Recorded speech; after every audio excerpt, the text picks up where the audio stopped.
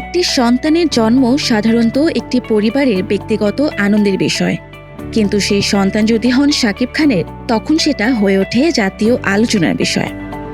অপু বিশ্বাসের ছেলে জয়কে ঘিরে যেমন হয়েছিল ব্যাপক আলোচনা, তেমনি বুবলির ছেলে বীরকে নিয়েও তুমুল আগ্রহ।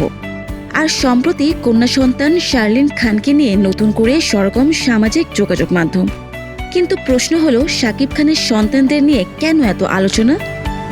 প্রথম কারণ, শাকিব খান শুধুমাত্র একজন অভিনেতা নন, 2 দশকেরও বেশি সময় ধরে তিনি বাংলাদেশের চলচ্চিত্র শিল্পের সবচেয়ে আলোচিত ও প্রভাবশালী তারকা।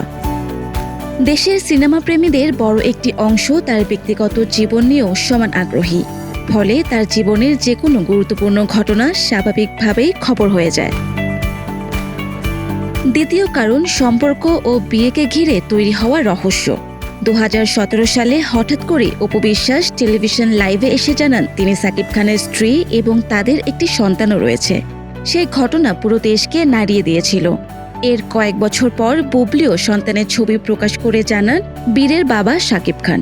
ফলে প্রতিবারই সন্তানের খবর এসেছে নাটকীয় প্রকাশের মাধ্যমে, আর সেখান থেকেই তৈরি হয়েছে মানুষের বাড়তি কৌতূহল। তৃতীয় কারণ, সামাজিক যোগাযোগ মাধ্যম।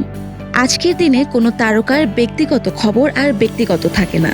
একটি পোস্ট, একটি ছবি বা একটি মন্তব্য মুহূর্তেই লাখো মানুষের কাছে পৌঁছে যায়।